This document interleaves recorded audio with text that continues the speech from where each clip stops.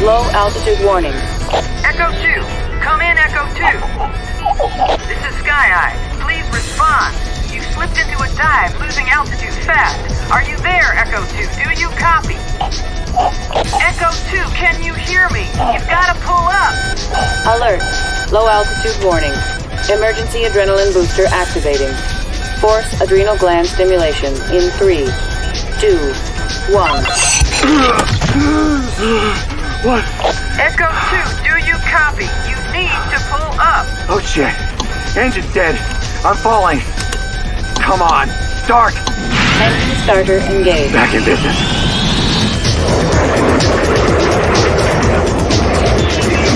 When the ground is racing up to meet you and there's only seconds left before you're a smoking hole, gut reaction is to pull up. Hard. Put serious distance between you and below. Come on. Gently.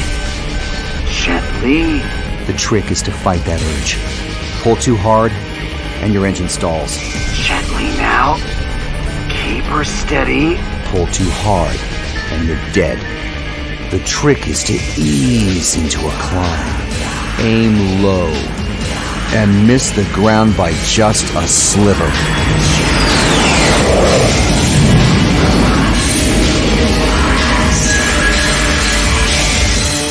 Sweet Jesus, Echo 2, you did it! I was sure we'd lost you! Copy that. Now where are those hostiles, Sky Eye? I need vectors and headings. Now! The Draco that thumped you just blew past your position, 205 degrees for 85. Looks like he's moving to circle back on you from the west. Roger that. Got him on my scope. AIM-9X air-to-air missiles armed. Moving to engage. Solid copy, Echo 2. The second hostile is at Vector... Sky Eye continues to rasp in my ear. Vectors, closure rates, the second Draco's position. All unnecessary.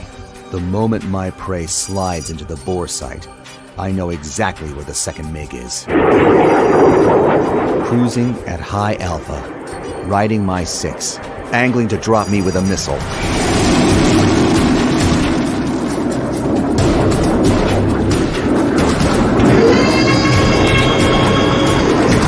Echo 2, that second bandit is on you. Get out of there. Hear you loud and clear, Sky Eye. I'm still taking the shot. Target locked. 60 seconds. That's all I've got. 60 seconds to react. 60 seconds to strike. Fox 2, missile away. 60 seconds to kill my target before his wingman tries to take me down.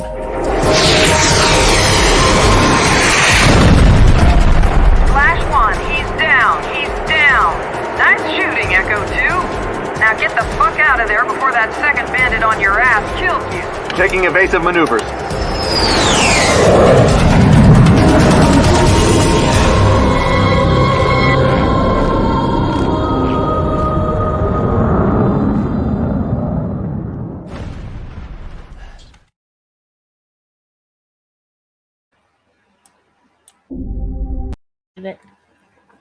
So, like, you ever think about what goes on with, like, the Baroness and Destro when, like, they're not, like, doing Cobra stuff? Well, there was that video where I think they started a band. You remember that? No. Oh, you didn't see that? No, I don't remember that episode. I remember them making out all the time, though. No, it wasn't an episode. It was a live action, and they got Bullet Tooth Tony to be Deathstroke. No, I've never heard of that. Holy shit. Yeah. Ishii's I'm not even gonna find it. Oh, you're not gonna find it? Damn. No, it's it's late at night at the two different bases, and it's what does everybody do late at night when they're not like plotting to thwart each other's plans. And when they do Cobra, they do it's a Destro and the Baroness have a band, and I think Destro plays the piccolo.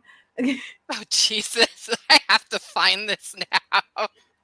This was not what I was expecting to come into tonight. I actually had a rant ready. Oh.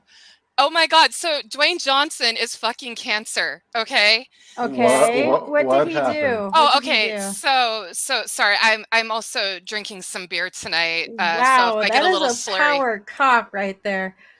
I didn't What? realize he had a spider on his Johnson. We'll get to that. Sorry. That's Dr. Mindbender. But yeah, what did Dwayne Johnson do? Okay, so we saw what he did with Black Adam. That Black Adam was originally supposed to be in the second Shazam film, which I should be called Captain Marvel, but that's here nor there. And instead, used his star power to have the character rewritten as a tragic anti-hero.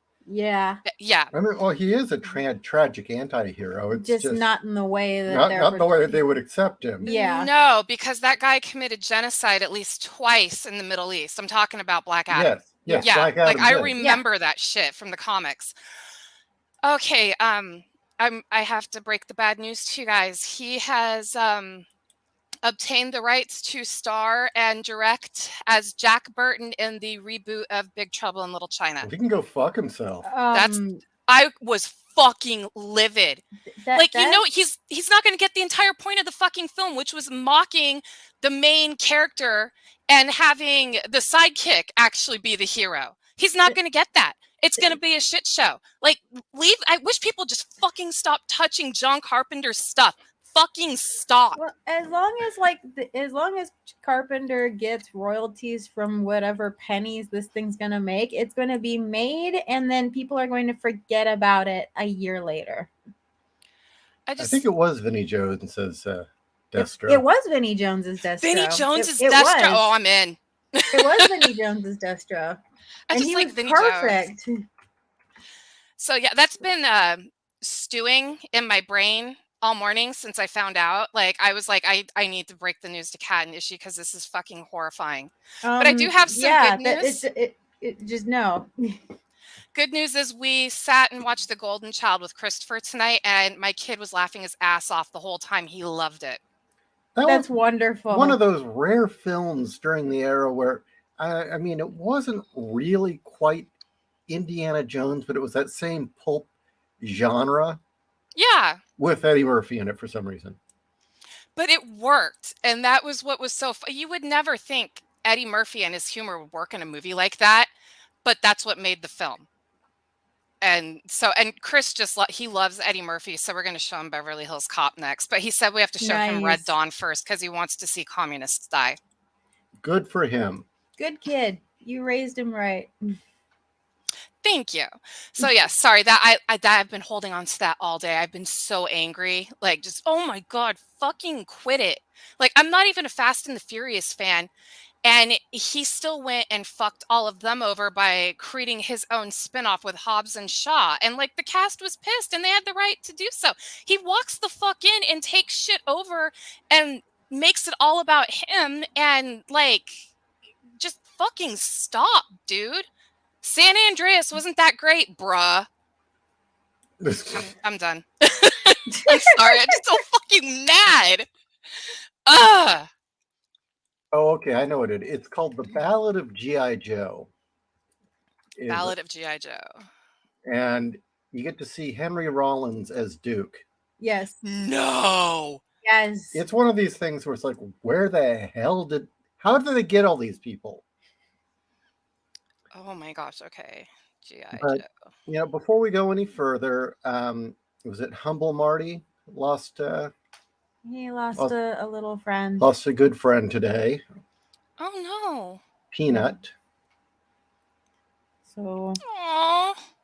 So he put his guinea pig Peanut in the ground, and that can be heartbreaking. I've been there. No, it's very heartbreaking. Yeah. But I am very sorry for your loss. We know how these, little guys get into your heart, and they're just here too short. So. Well, I want to keep this an upbeat show. I could talk philosophically about how I've come to deal with their short lifespans, but I just don't really think that was the time. So. Instead, we can talk about Perry's tits. We start the debate from last week. Well, I walked in and made this show a total downer with my bitch and moan about Dwayne Johnson, who's Well, you No, know, no, the no, thing no. is, You were informing us. the whole Yeah. point behind Jack Burton in that film is that, yeah, he's not the hero. He thinks he is. Mhm. Yes, that's the whole fucking point. And you know, Dwayne Johnson's not going to get that because he's got a fucking ego. Nor is he Yeah. going to get that the actual hero, the sidekick, wears a Tom Baker Doctor Who scarf. Oh my God, you are right. He even wears the fucking hat while they're playing the game. Right. Yeah. Oh my God, I love you, John Carpenter. John Carpenter is the man. Did you know that he originally pushed for Jackie Chan to play Wang Chi, but the studio didn't want Jackie Chan because his English wasn't that great yet? Could you imagine what that film would have been like with Jackie Chan? Oh my God. Yeah, That would have been insane. Yeah. Big Trouble in Little China was the movie that made Carpenter he was done with studios because first he chose Kurt Russell for the role, and they said, no, we want Clint Eastwood. And Clint Eastwood was like, are you fucking kidding me? No. And there was another actor they wanted after Clint Eastwood, and the other actor was like, no. And and then he wanted Jackie Chan, and the studio said, no, he can't speak English well. Oh my God, that is amazeballs. that Yes. Fucking That's Vinnie part of the Jones' video. Destro. That's beautiful. Anyway, so we were gonna get Kurt Russell and Jackie Chan. No, Dennis Dune did a fine job. Don't get me yeah, wrong. he did great. He did a great job, but it's Jackie Chan. Yeah, I mean, that's exactly who the character was written for, was Jackie Chan. That's why the movie was made the way it was. So you were gonna get fucking Jackie Chan doing all that crazy shit. And all the people that were in that movie, except for Kurt Russell and Kim Cattrall, were martial artists. So that's legit martial arts they're doing. Except for what's his name? Is it James Wong or is James Hong? James Hong, thank you. No, listen. I make eyes chew. Him, it's Victor, what's his name, and James Hong were also in The Golden Child. Really? Yes. The guy that plays Egg Foo is the head monk that Eddie Murphy talks shit to because he's a little disgusting asshole. And James Hong is the guy that has the chiropractic shop with the snake lady in it. I've actually never seen The Golden Child. Oh, Cat, no. Oh, you need to see it just because the Malaysian woman they have is like boner-tastic. Oh, her okay. tits are fantastic. She is amazing. The Malaysian, I think she's Malaysian, but holy crap, is she attractive? Cool. Oh, you're right, Wolf. Yes, I forgot. Charles Dance is also in it as Satan's henchman, and he is so fucking young. It's unreal. So, yeah, okay, it was Victor Wong, Egg Yes. Shen, and by the way, James Hong. I have a very fun story about James Hong. Let's get a picture here for everyone first. Make it low pan, though. You know, you brought up Jackie Chan and all that, and I just suddenly got this image of like, what if, you know, Jackie Chan had gotten in there and then they'd gotten the Shaw brothers to be Raiden and the other two demigods. Oh my gosh. You mean Thunder, the Lightning, and Yeah. Rain. You mean the Venoms? Yeah. Well, the The three Venom. storms. Either the Venoms or the. Oh yeah, you're right. The Venom. Sorry, my brain's fried. Actually, they got Shaw Brother actors to do a lot of those guys were from Shaw Brother films. No, you're right. The Venoms. Although the actors that were in Human Lanterns would have been good. All right. David All Lopan. right. There we go. Now we see James Hong there, who played Chew in Blade Runner. Mhm. I make your eyes, as he would say. And got a fun story about him, just to piss off all the wokies. Yes. Because don't we just love pissing off woke people? Yes. Oh, please do. James Hong here, fabulous man. Just fabulous, and I do mean fabulous because he was gay. Mhm. No way. Mm-hmm. He might have been bi, but definitely liked men. He served in the military. but he got his start in vaudeville. He was the Chinese blackface actor. Get the fuck out. That is how he got his start, as being a Chinese man who did blackface in vaudeville, which made it even funnier, apparently, because it was a Chinese man doing blackface. Wow. And they can't go after him for that. They can't. Nope. No, they cannot. Oh, shit. That explains a lot of the way he's done his movies, though. Like, it's some of his really fun, over-the-top characters, like Revenge of the Nerds 2, when he played the guy that was the guru to Booger, who was even more disgusting than Booger. I don't know if you've ever seen that movie. It was really fucking funny. I like the first two Revenge of the Nerd movies. They're pretty fucking funny. They're really, they're very problematic now, though. And I mean really problematic, as the Wokies would say. Oh, fuck them. Yes, Wolf, I agree. I just, you know what? Stop touching his stuff. I mean, have you seen any time that they've done a reboot of his films? It's always been shit. Oh, speaking of, do you know about the reboot they've been trying to get off the ground for Escape from New York? You guys really want to lose your shit? So Female Snake, I know. Oh, well, it gets even better. Robert Rodriguez has been wanting to direct it, and it's about a building full of rich people that are stuck and need to escape because the AI went rogue and has trapped them inside and is killing them all. So that movie again? That's an old plot. Well, isn't that like the Towering Inferno? Like without the AI. Die Hard meets. But that's going to be Escape from New York, Escape from the Building. Yeah, in New York City. Don't worry though, Snake Plissken's still going to have an eye patch. I don't care. You know, unless she's got ginormous cans, I really don't give a shit. Exactly. Now, they did do a version of female Snake Plissken, and oh, damn it, what's the name of that movie? It was with Malcolm McDowell, Rona I got Mitra. it. It's called Doomsday. Yep. Yes. She was a cross between the Major from Ghost in the Shell and Snake Plissken. The movie itself had some problems, but I don't care. It was fun, and she was damn hot. Dude, it had Malcolm I was going to say, it had Malcolm McDowell in it, and it had Alexander Siddig. Like, you couldn't go... And Bob Hoskins! Holy shit! Okay. You're going to tell the story, I'm going to tell the story because I can't. I can't. Comic-Con. Okay, it was Comic-Con. San Diego Comic-Con. It was San Diego Comic-Con, and this was the year that like Hollywood was really taking over the place, where like it was a while before we saw anything that had to do with comic books, and Doomsday had this ginormous booth in the middle of the hall, and you had your booth babe there with a decent sized rack and in a push-up bra with a low cut shirt and all this post-apocalyptic looking props around her. And so she like comes up to us and is like, "Hey, have you guys heard of Doomsday?" And it's like everywhere you look. No. I actually approached. I said, "So what's this?" No, I thought she came up to us and you said, "So what is this?" So, but no, okay, you tell it because your memory, I think, is better than mine. So I walked up and I said, "So what is this?" And she says, "Well, it's a movie called Doomsday, and it has Malcolm McDowell in it."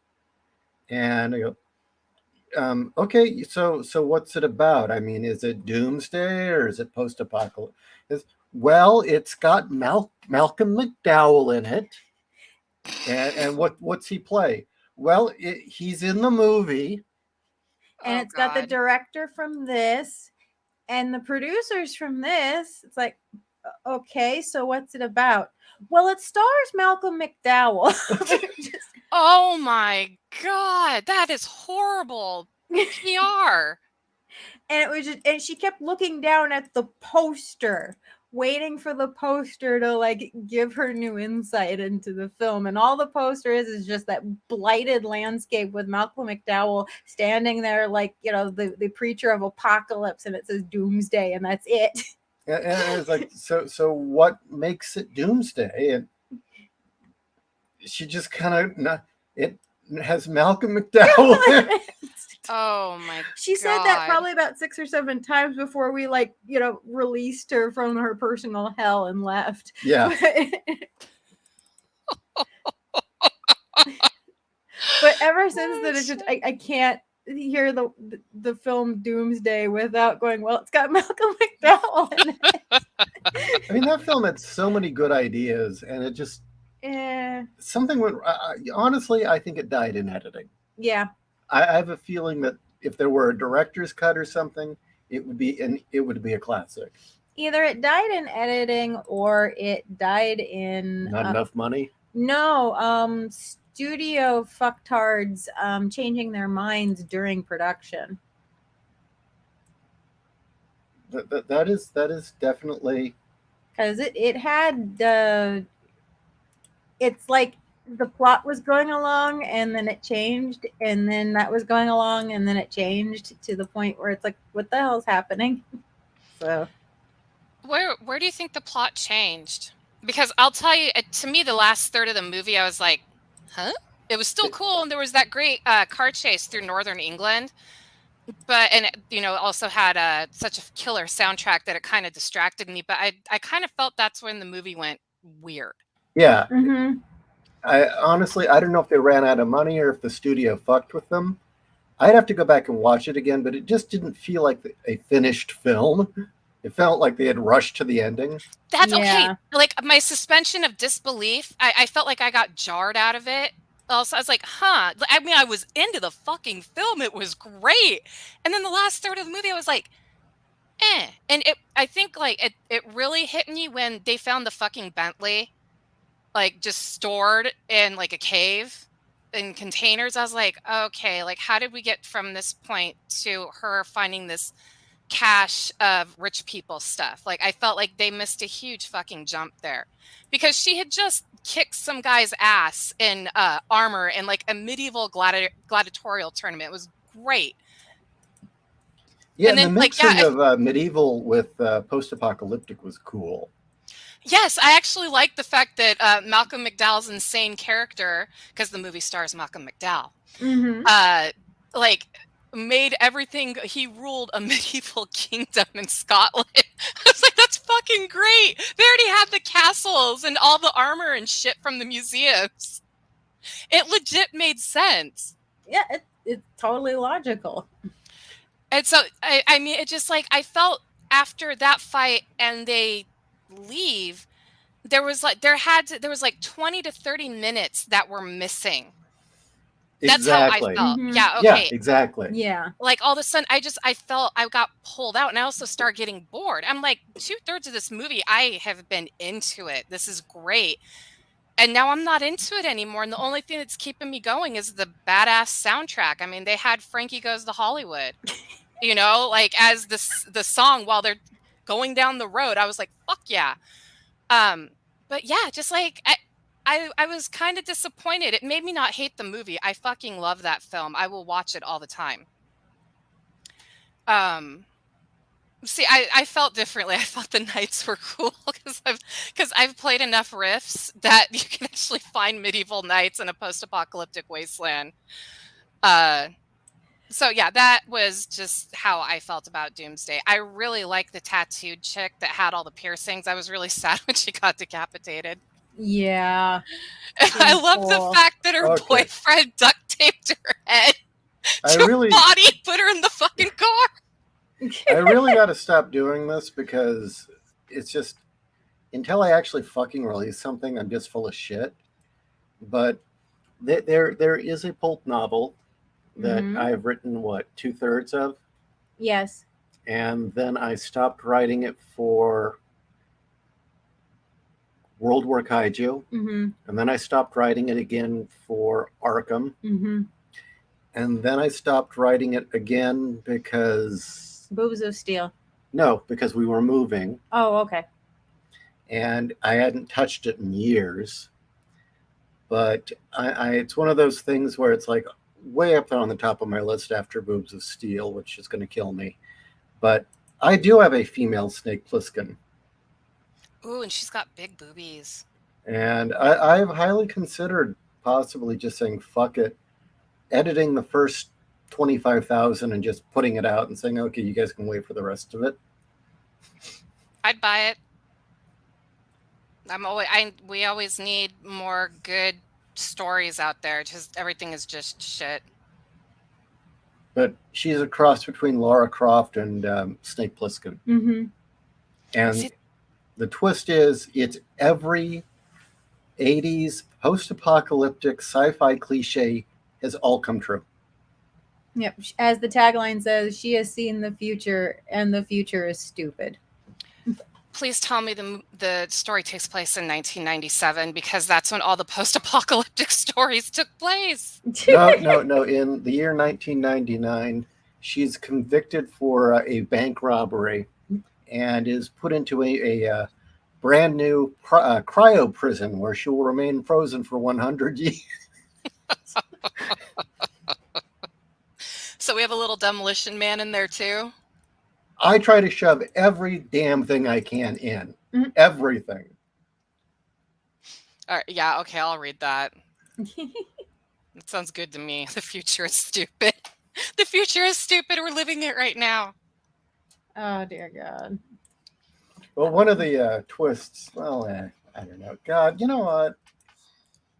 God, why can't I just not sleep? Why can't I be a faster writer? What's wrong with me? You have a lot of ideas, No, and you have standards. no, I mean, well, this is one of those projects that should have got done. And I know that the reasons we stopped is more successful projects kept coming up. And, you know, that's a problem you'll want to have, right? You also weren't allowing yourself to use the pulp method of writing, but you're now experimenting with it. I think the pulp method of writing would be perfect for this story. I think you could be onto something. Well, I just remember having those conversations with you. Yeah, that's just going to remain top secret and will be until I actually produce something. Because I don't know. I just feel like I'm so fucking full of shit at this point. I really do, because nothing is, I've been promising a book for a year and a half, and it's a great book, damn it, but you've been sharing snippets of it. Not only that, you've been keeping up with current era. So as shit gets worse, you keep adjusting for that. So it's up to date. I mean, it's you always think the other shoe has finally dropped, and then like apparently it drops a turd too. And so then you see that and you're like, oh fuck, I have to add this in because as you've written the story, is she like time has changed within that year and a half and more crazy fucking stuff has happened that is relevant to the book that you're writing. So no, you're not shafting any of us by promising this book for so long because the research you've put into it and keeping it so up to date with the craziness. I mean, you're staying on top of it. So I really don't stress about that. okay, I'm going to share a little then. Oh, wow. Man, I'm finding typos in my old work. Wow. No, love, it was perfect before. There we go. No. Before, is it a question or is it a declarative statement? It's a question. Okay. Oh, no, you're right. It's a declarative. Jesus, it's been so long. So the curtains do match the drapes. Dee had heard it a million times before. Occupational hazard of being a natural redhead, or being a natural red. She just never expected to hear it from a guy in an elephant mask, and certainly never while sliding naked into a vat of cold blue syrup.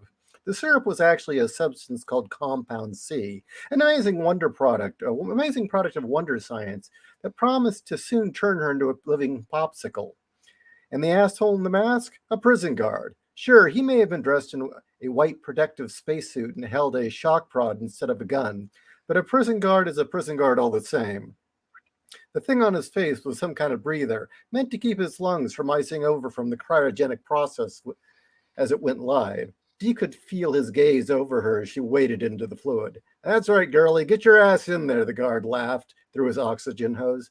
Come on, get wet for me. You're about to make goddamn history. I love it. Get wet for me. Well, you could put chapter 1 up in the Discord. Do you think I should, or maybe humanity? Fuck yeah. Oh my gosh, humanity, fuck yeah. That is a brilliant title. That's a Reddit thread. Well, you could put it up on both. Looking back on it all, her one regret was the high-speed chase. Not the three bank robberies, not the dead rent-a-cop, not the pile of flaming money that went fluttering down La Siena Boulevard that sparked both fires and riots in the streets. Hell, Dee didn't even regret punching her public defender at the trial during the when the judge sentenced her to the sleep. The fact was, Jose was a minor miracle. Jose.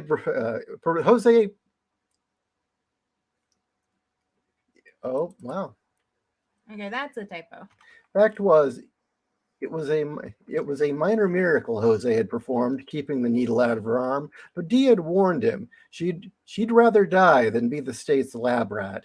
Guess Jose didn't believe Dee when she'd make good on the promise and broke his jaw. He knew better now, but no. If Dee had to do it over again, she would have changed the method. She'd have changed her method of escape. Opting for the freeway was a huge mistake. Her chancing it on foot would have been a lot better. Thanks to a childhood of running loose and raising hell, Dee knew the LA storm drains well enough to ditch anyone down there. The cops would have been clueless. But no, Dee had to go for the car instead. It seemed like the right choice at the time.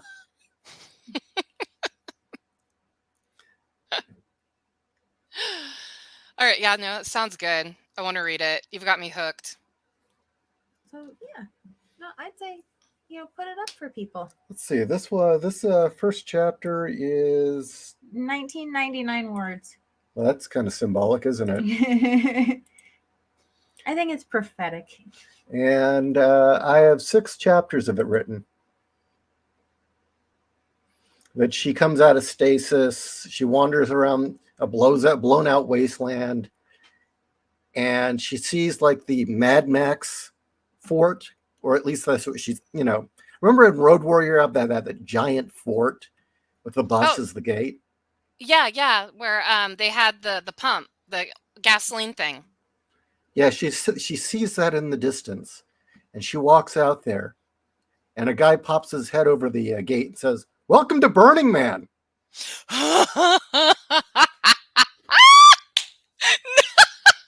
Burning Man survives the apocalypse. Shit. Oh my god, you need to put that out. Just because I want to read the Burning Man stuff. If I hand it to you and you edit it, we just put it up online for the fuck of it. Yeah, let me do it tomorrow. Okay, well, I'll get the files and you can go over it. Yeah, my new position at work. Yeah, guys, the time changed to be a little bit later because my position at work changed, which also means I had a schedule change. So now I get off work about 15 minutes before we start the show. Thankfully, I work from home, but still. So, but at the moment, things are a little slow. Knock on wood, that stays for a little bit. So, yeah, I can totally edit that while I'm waiting for calls to come in. No, there's other stuff going on that I will remain very top secret because, again, at this point, I feel like unless I deliver, I'm full of shit. But I'm trying a new technique to save my brain, and it appears to be working, and it might produce more stuff. And it doesn't have anything to do with drugs or alcohol. Oh, that's good. It has to do with pulp speed. What's pulp speed? Never heard of that. Pulp speed or pulp writing. That's where you just. Hey, Fiona, you're in the chat. I just sent a link to your email. Jump in here and explain pulp speed. Basically, it's the method of writing pulp where not that the idea is getting the stories out there as fast as possible. So it's you write it once. You do it, you give it like a once over edit and you ship it out pretty much. Oh, okay. Give it and I mean, some pulp writers, they may glance at it once or twice more than that, some less than that, but that's basically pulp speed. So. Yeah. Now, no, Boobs of Steel is not being written at pulp speed. Just No. saying. I've been doing it as a palate cleanser. I am sorry, Wolf. The image will not load of Matilda May, but she is quite lovely. I agree. Yes, Matilda May is quite lovely. Even now, she has aged wonderfully. Yeah, she has. And those tits are still magnificent. Mm-hmm. That name sounds familiar. I'm sure if I saw her. Life Force. Oh God, she's hot. Yes. Oh, Matilda okay, May that's is where I heard the name. I was so pissed when she switched bodies when I saw that movie as a kid. I'm like, this lady's ugly. I like the hot vampire chick. So I was so It's happy amazing. when she came back like that. It's amazing how much that actually does mirror Dracula's plot. Mm-hmm. Oh, dude. Okay. I cannot stand the Francis Ford Coppola version of Dracula because I actually read the book. Dude. Yep. Dude. What? I'm with Dude. Vampires. That lost love. I mean, quite frankly, the scene where, well, quite frankly, Dracula forces himself on Mina is horrific. And turning this into this lost love bullshit, it's just like, no, that completely undermines the point. Well, even in the story, when Mina is writing in her diary, she says, "What he made me put in my mouth." You knew what that allegory was for. Oh yeah. But yeah, I mean, so basically he orally raped her.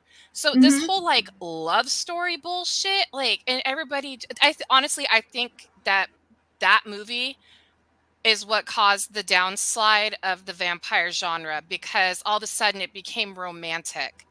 Like, vampires are not romantic, they're fucking demonic parasites that suck the blood out of people.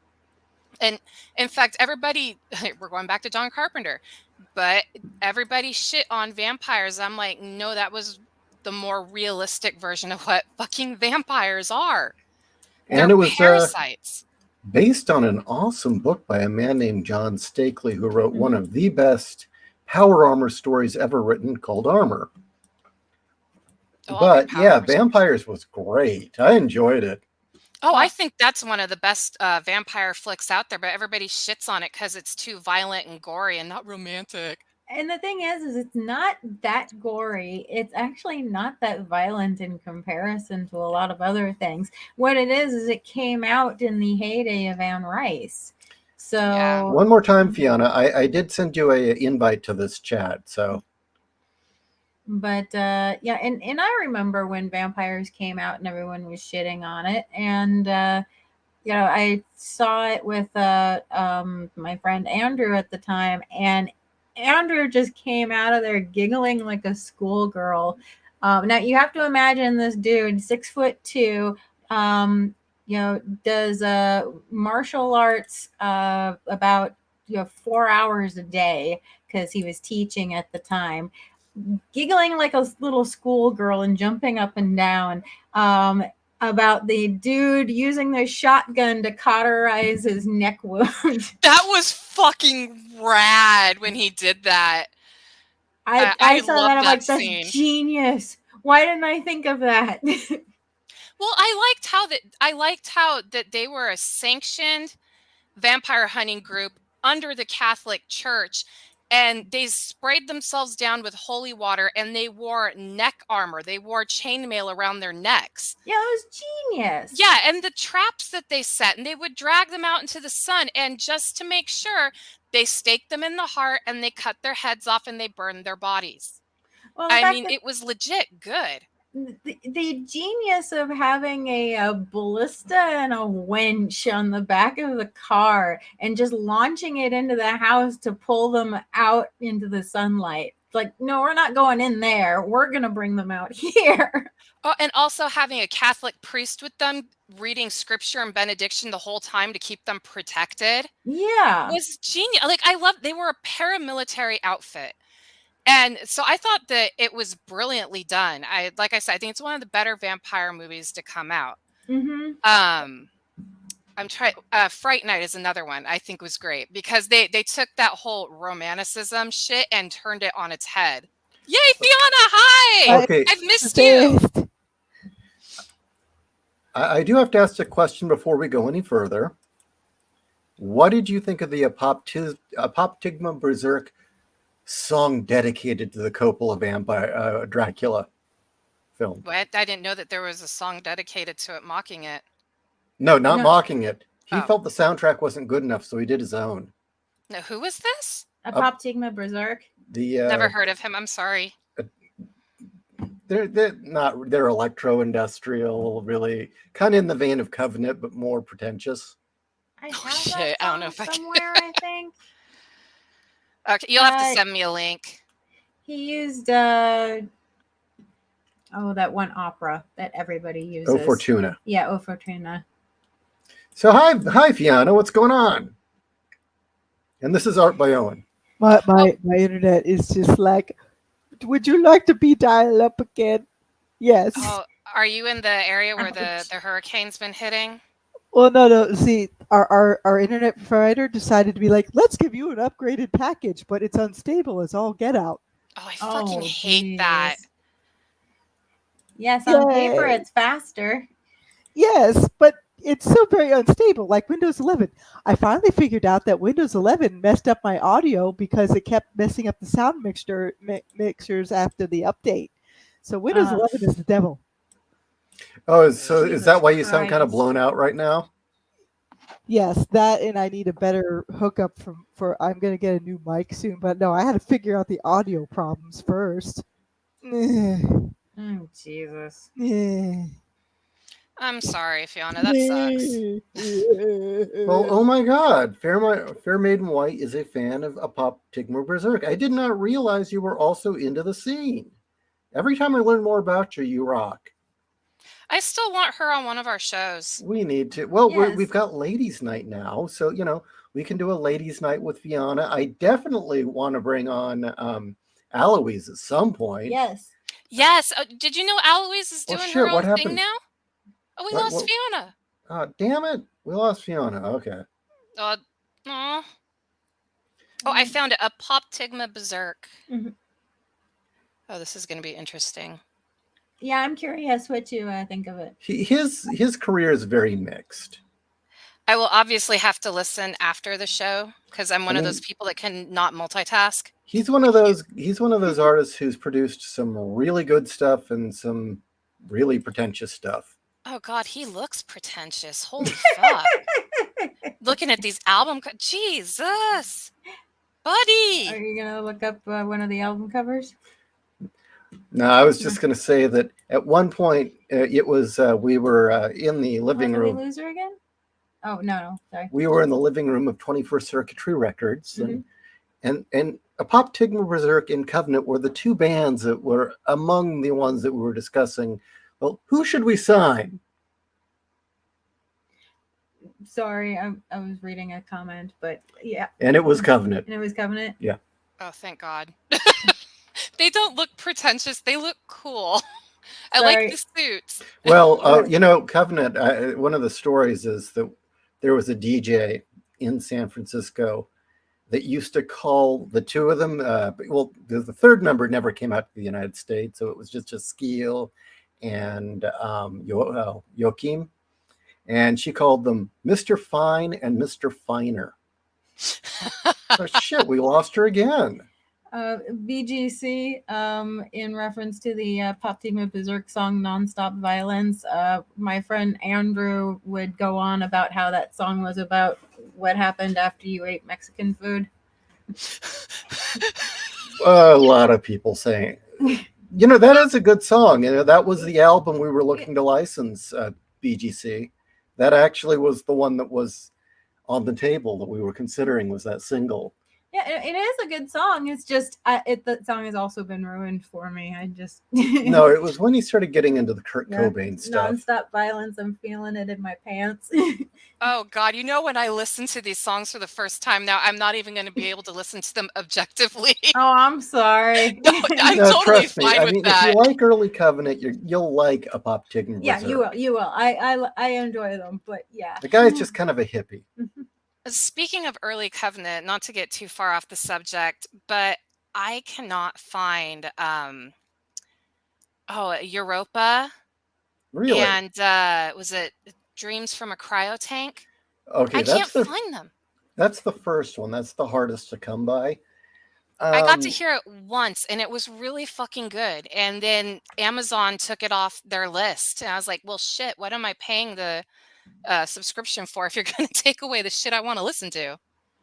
They pulled it off. It was on Amazon Music, and I have a subscription to Amazon Music because I don't want to deal with commercials. And I got to listen to the album once, and it was really good. And by the time I got to Europa, I noticed both albums had been pulled, but there was still like United States of Mind, Northern Lights, J.Ishiro.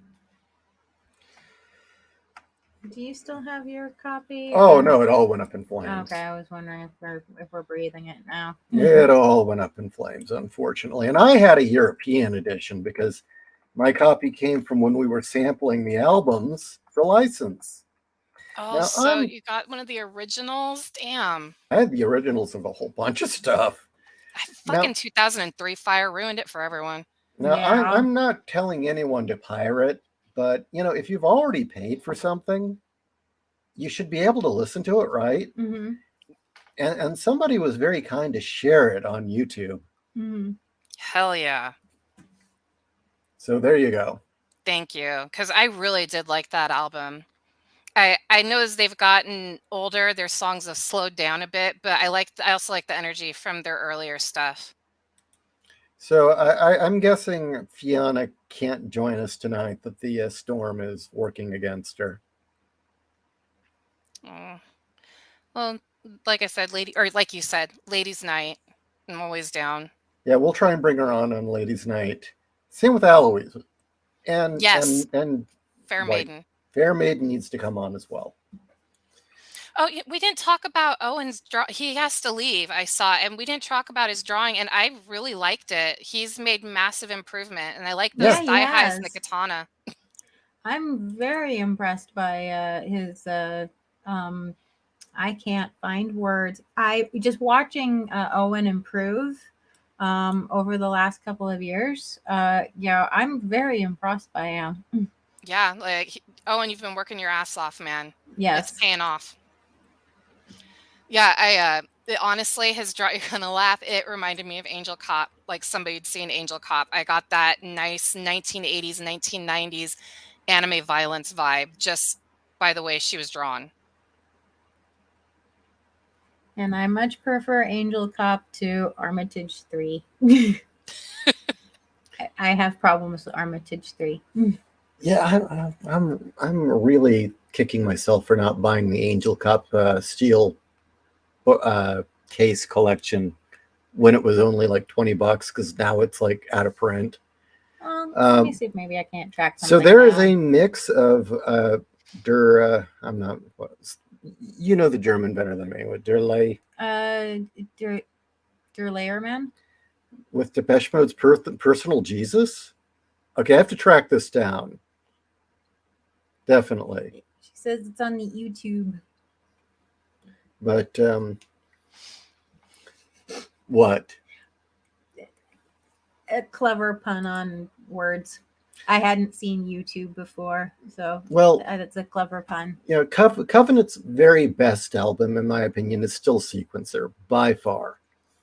And interviewing the band when they released that album was kind of fun, because I guess they hadn't expected Americans to be able to think deeply enough about what they were writing.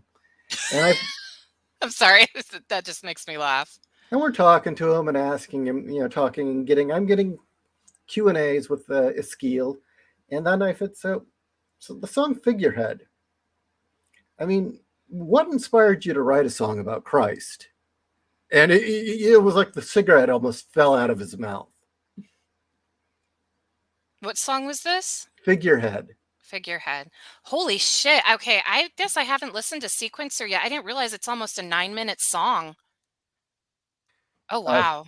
Sequencer is a great album. It's by far their best, in my opinion. Are you pulling up the lyrics to Figurehead? But yeah, you listen to it and you're like, okay, yeah, this is another really intense one. No, just that every song on that album's great. It had that bonus track. Oh God, this is what happens when my brain's not working. The last one, Babel. It also has a B-side called Babel, which has one of the greatest fucking lines I've ever heard. I want to wear the mark. I want to wear the mark of Cain, the saint without regret. Yeah. Whoa. Okay. As somebody who's a Christian and read the Bible, damn. Like, for real, damn. And I've read the Bible a few times. So to say that, the saint with no regrets. Yeah. Wow. But anyway, yeah. Figurehead, it was very clear. A lot of there's different songs. Like there's another really great one where it's about vampires, but you really have to think about it to tell that it's about a vampire. There's one where there's lots of Nordic imagery too, like "Don't stand in the shadow of my hammer." Oh, it's like, nice. Damn. What? Get to the lyrics of Figurehead before you forget. Did we lose her? I'm here. Okay, so Figurehead, the song, we wish so hard to be seen, dream at night to be heard, yet have nothing to show but false words and broken dreams. And the unescapable face of truth, it spins in my head, disturbingly, unable to stand back, I'm going down. Undeniably, this sense of wonder kicks in my head. Disturbingly, unescapable, I dive down. I dive to drown, right? The chorus. I'm the figurehead of this ship of fools, a beacon to the liars in the dark. I am the first and the last. I claim this land. I am the hungry and the lost. I need this land. I mean, at no point does it say it's about Christ. We work so hard to be wise, to dream of light and to be pure, to bring to bright. We need brighter death to grow, to clean the clean touch of virgin hands. And See, I was going to say 2 things tipped me off: the beginning of the end, and then the clean virgin hands. Yeah, the first and the last. And I asked him that, and it was like, he did not expect me to figure it out. I was like, I'm not stupid. So, all right, I need to listen to Sequencer. Apparently, I'm shocked you haven't. You know what? Like I said, Amazon, like, they pull stuff. So, I mean, I'm paying for a subscription that I can't get everything. Like, my industrial list is very limited, to the point that when I listen to the Dark Industrial channel on Amazon, it always starts with fucking Closer. I'm like, Really? dude. Oh, well, that's creative. I'm like, come on, man. Okay. There's a couple well, I've been more in a goth kick lately than industrial, but there's a couple of really good mixes on YouTube that I've been listening to. So I'll send you links. Okay, thank you. Because I do the Amazon music because it's easier for me to put my earbuds in while I'm practicing, say at White Dragon, or when I'm driving, I can just plug it in and it won't eat my battery as fast as YouTube will. But I'm thinking about getting rid of Amazon because I'm like, you guys keep yanking albums and I'm getting fucking sick of it. That's actually what I've taken to going back and buying all my old CDs. Yeah, it's like any song that I like, I go and I buy it. Been getting it off of Bandcamp. Yeah, I've actually been perusing OfferUp, Amazon, eBay, looking for a bunch of old albums, and Steve and I have just been collecting vinyl like crazy. So that's why I've started buying books again. I've spent so much money digitally on manga and comics, and now it's all being pulled. I'm like, what the fuck? Yeah, that's why I've kind of gone back to just buying books. You know, Raltz was very, very kind to send me copies of books. I purchased Vatican Pro Wrestling because it's like, this was so great. I need to have it on my shelf. I'm going to be buying Blue Dawn as well because, you know, it's like, how long is that going to be available? You know, when are they going to decide that's too offensive? Yeah, there's a couple of physical books that, I got them off of Audible. I actually ended my Audible subscription. Oh, you did? Yeah, I did. I did too. But I was going to say they were pulling books. I was like, fuck this shit. Well, they pull books without warning, and I sat and I thought about it. I'm like, I've got 5 credits that I haven't used. And before that, I actually was like going on a binge. It was like, well, shoot, I've got like 7 credits that I haven't used. Let's just buy shit. You know, let's just use these up because it gets to the point where you're still paying your subscription, but they stop giving you credits. So it's like, well, I need to start using these, otherwise I'm going to lose it. It's like, you know, if I'm doing that, is it really worth the $15 a month? Well, the thing that pissed me off was, you know, I got the Graphic Audio's Vampire Hunter D audio drama, and then it wouldn't play on my Sony player. Yeah, it's like, well, fuck, why bother? I started using Audible. There we go. There we go. There's a hottie for you. That is a woman that is at the same time butch and feminine. Like, no doubt. Yes. And that is a hard balance. Yeah. And the thing was, she already looked like that before the film. What was I going to say? I was going to say the 80s, really. The 70s and the 80s were able to produce butch but feminine women that were hot. Yeah. Well, apparently she was just, at the time, she was really into bodybuilding because she felt that it was good discipline for her and she liked the results. Oh, that scene where she's doing the chin-ups. Like, that was legit her doing chin-ups. It's wild. Like, yeah, I'm jealous. Yeah. Yeah, you can beat me up and take me. That's all right. Well, did you ever? I've only watched the first 20 minutes and I thought it was really boring. But I know at the same time that James Cameron was filming Aliens, Catherine Bigelow needed actors for Near Dark. I have never seen Near Dark. I'd wanted to. I guess I just didn't get past the boring bits because I've never seen it. I can't say. Apparently, what are the Bill boring Paxton. parts? Oh, yeah. Well, I was going to say, apparently, Bill Paxton steals that movie because he goes over the top Bill Paxton. Nice. And they're all basically, they're psychopathic vampire. It's another movie where vampires aren't nice and romantic. No, they're fucking parasites and predators. And she's in it, Lance Henriksen and Bill Paxton. Wait a minute. What? I think I've seen this film. Really? Yeah, I think Amazon has it. No, it's on our wish list. Is it on our wish list? Yeah, it's one of the films we wanted to get, just like Streets of Fire. That we're just waiting around to buy. I think I saw it. It'll come. Or maybe one of the review channels we watched covered it. God, that sounds familiar. But the first 20 minutes are not so good. Well, BGC said if I liked vampires, I would like Near Dark. And I was like in my late teens, early 20s when I saw Near Dark. So maybe I just didn't have the energy to sit still during a movie. Okay, somebody was complaining that Goldstein just didn't look feminine enough with those muscles. So, oh my God. So here, there you go. Here. This is there you go. My. Yeah, totally my. Okay, you want another film where vampires are evil? Yes.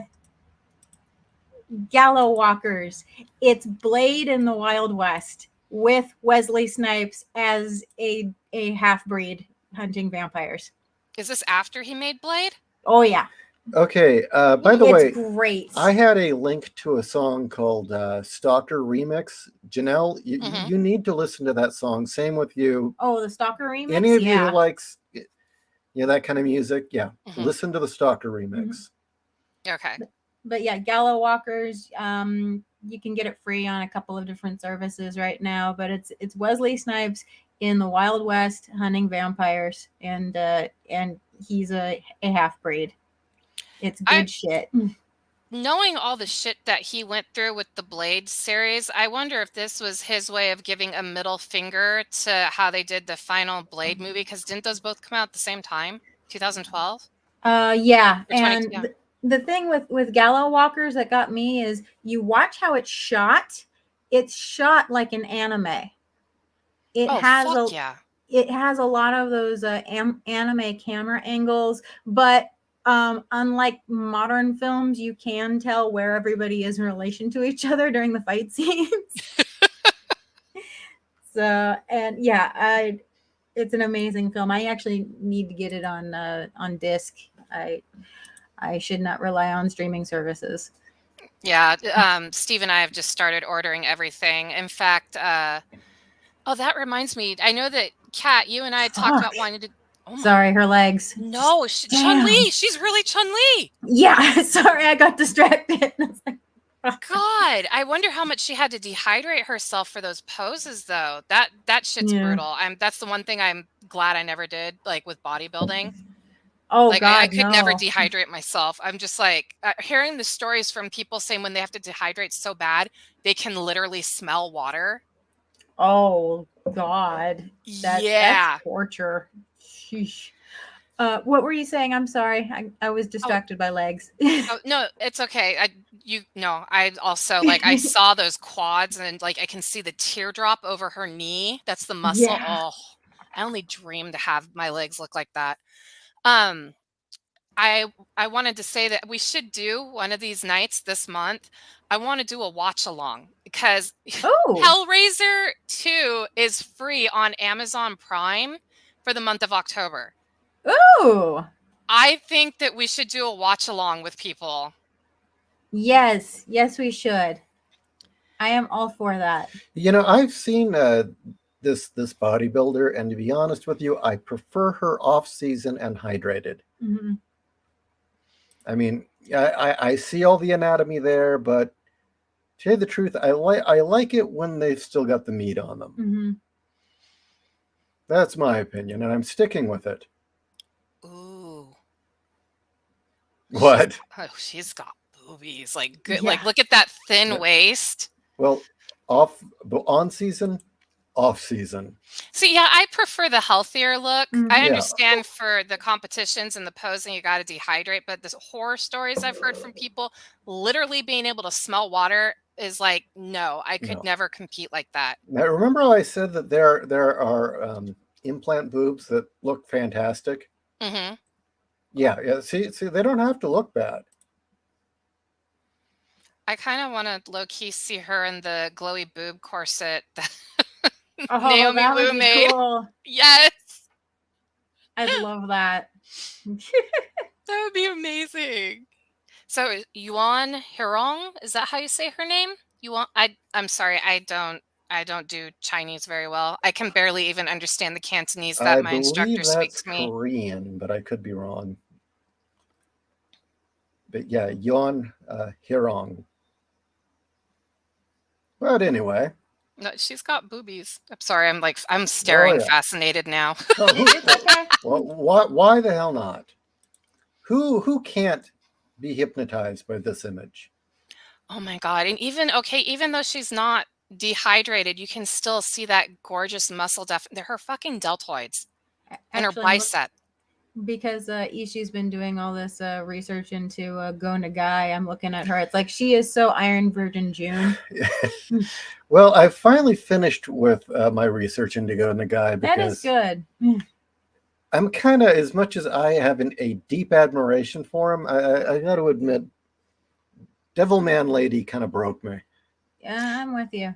I only watched the first 2 episodes where I was like, huh. No. The show is fine. Yeah, the show is fine. Okay, so keep going because I wasn't sure about it. I was kind of like the manga. I'll be right back. Are you going to? What are you getting? What I wrote.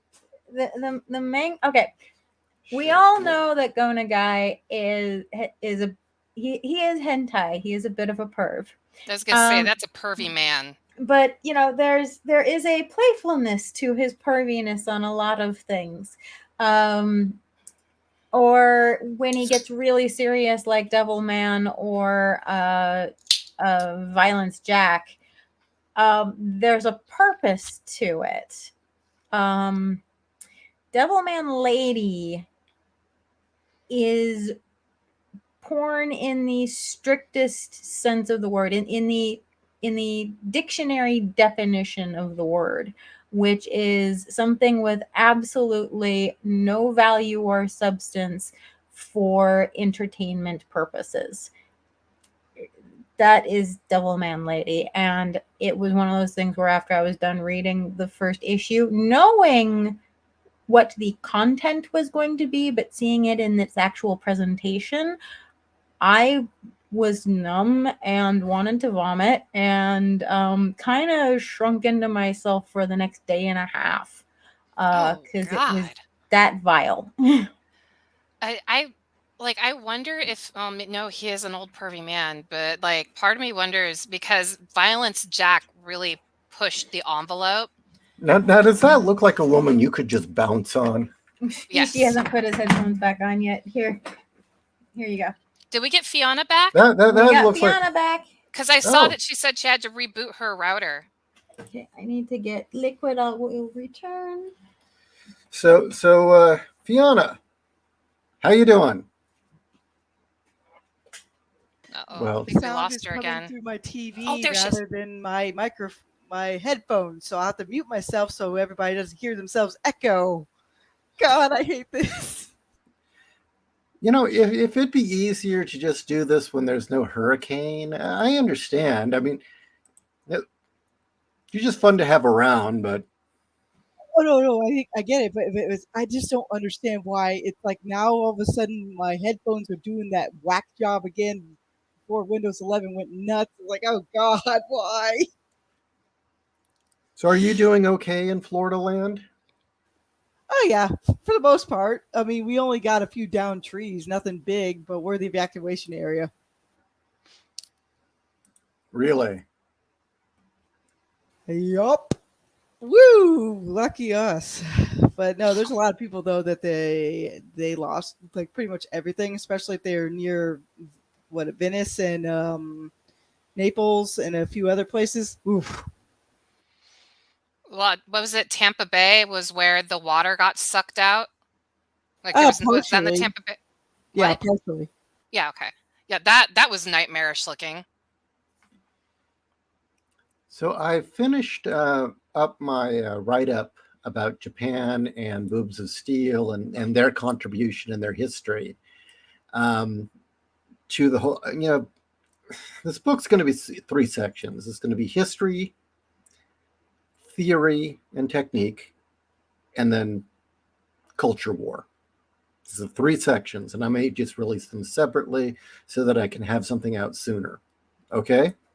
But I had to write quite extensively, a lot more than I thought I would, about Go Nagai because it's weird. He is responsible for so much, but yet they don't really want to acknowledge him, which is kind of interesting. Now, does everyone here know who I'm talking about? Yes. Okay. Go Nagai, very interesting person. And I will just read a little bit of what I had to say about him. Tezuki, Toriyama, Miyazaki. In the brief history of anime, there's only a few names that, when spoken, are responded to by deep reverence. But only one name triggers equal parts reverence and absolute disgust. And that's Go Nagai. Since his professional debut in 1967, Nagai has been credited with all but creating the super robot genre, the magical girl genre, and the archetype of the lovely warrior. He pioneered the so-called super deformed style of art, the Sundari, I think. Sundari, okay, I had it right. The Sundari romance, and it's responsible for a great many of tropes that are now staples of manga and anime. Concepts such as the Combinder robots and transforming mecha were both the initial inventions of Nagai, as were the nude transformation sequences and gender-ambiguous supervillains, and cute schoolgirls who kick ass. With all of this should have secured Nagai with a place among the great masters of the craft. Unfortunately, there's one problem. He's also the godfather of ecchi. Yes, he is. Cutie Honey is a beautiful testament to that. I did it. I finally fixed it. Oh, Yeah. God. I saw you said that you were able to get your headphones sorted. Windows 11 is the devil. It's the devil. It keeps changing my headphones to my TV output. I don't know why. Because Bill Gates is shit, and the fact that he claims that he can cure disease is a retarded joke. He can't even make a computer work. Don't Okay. update to Windows 11. If you can save yourself, don't go anywhere near Windows 11. It's a monster. So Thank you for the warning. I'll be honest, I didn't even know it was available, so that's good to know. When I get to the final rundown of Go Nagai, I bring up that the name June is recurring throughout his work, and there are 4 different Junes that show up. And so I write, the final June in this pantheon is the lovely Ms. Fudo, star of Devil Lady, published in 1997 as a sort of stealth sequel to Nagai's magnum opus, Devilman. The manga is an unfortunate train wreck of clashing ideas. As the saying goes, you can never go home again. And Nagai's bid to retell his single greatest work with a feminine twist leaves us with a heroine with no discernible personality. Who is June Fudo? She's gorgeous. She's popular. She's incredibly fit. She's a former Olympic gold medalist who now teaches athletics, and her students are in awe of her. Too bad Nagai forgot to give her a personality. Throughout much of the series, June seems to live in a perpetual state of dull surprise. Late for work? Dull surprise. Goosed on the subway? Dull surprise. Demons rape and eat her students. Lady. Demons rape and eat her students. Dull surprise. Eventually, Nagai just gives up and retcons the story midstream so he can pull in the original Devilman into the plot, relegating Devil Lady to a supporting character in her own book. Fortunately, the anime is considerably better. Jay Konaka, creator of Serial Experiments Lane, was able to take Devil Lady's jumble of a plot and boil it down to its essentials, a Jekyll and Hyde tale. So anyway, that's what I had to say about Devil Woman, or Devil Lady.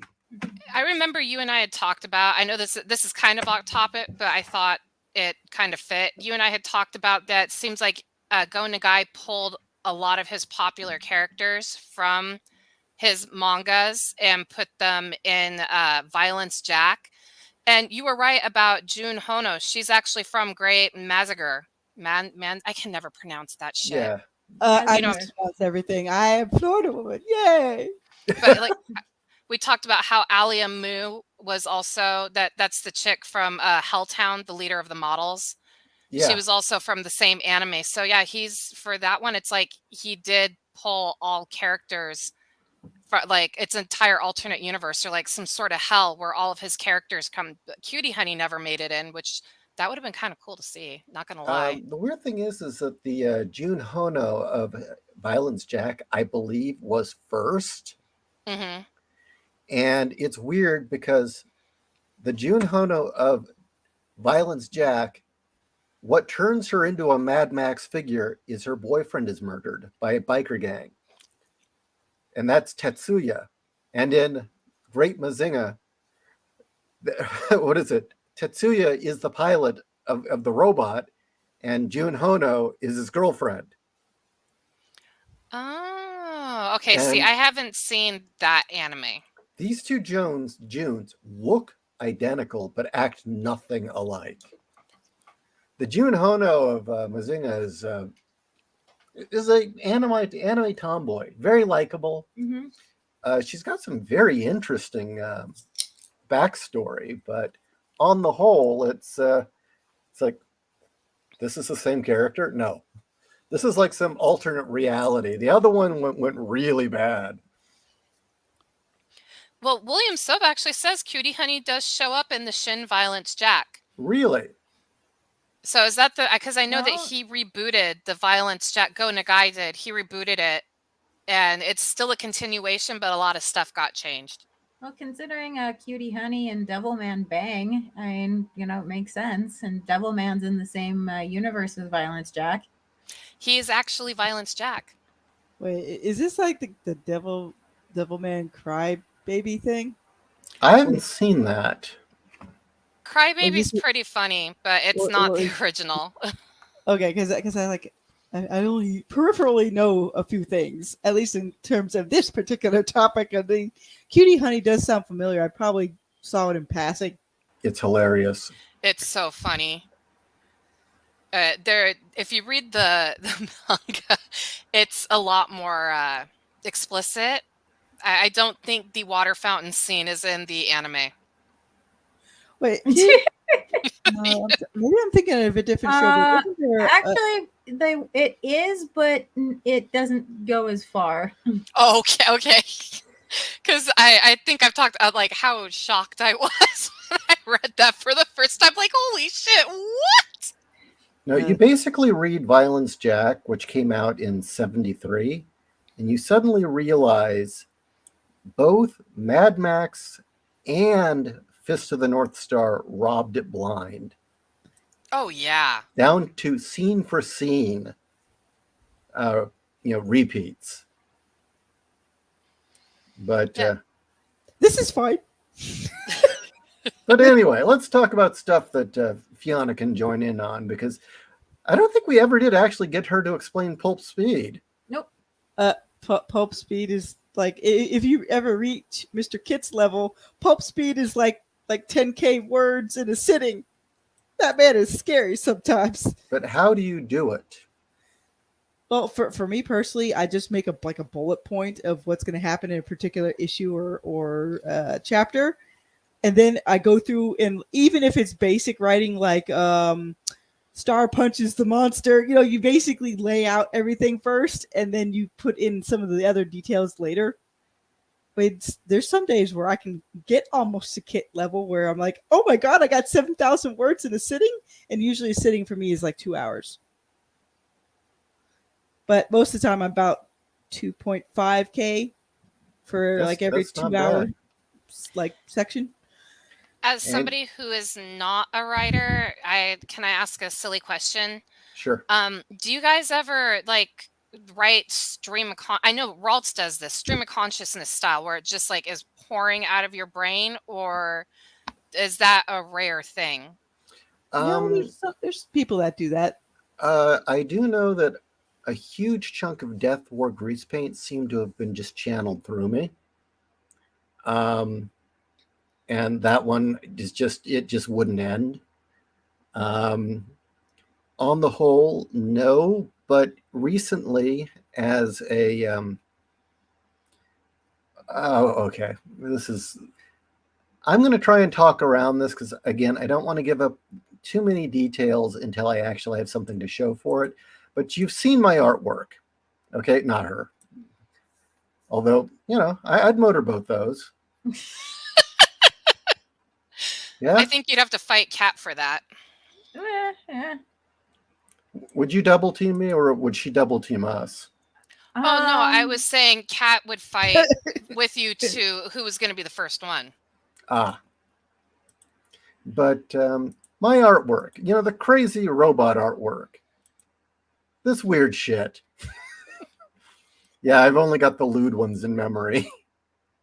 But those are so fun.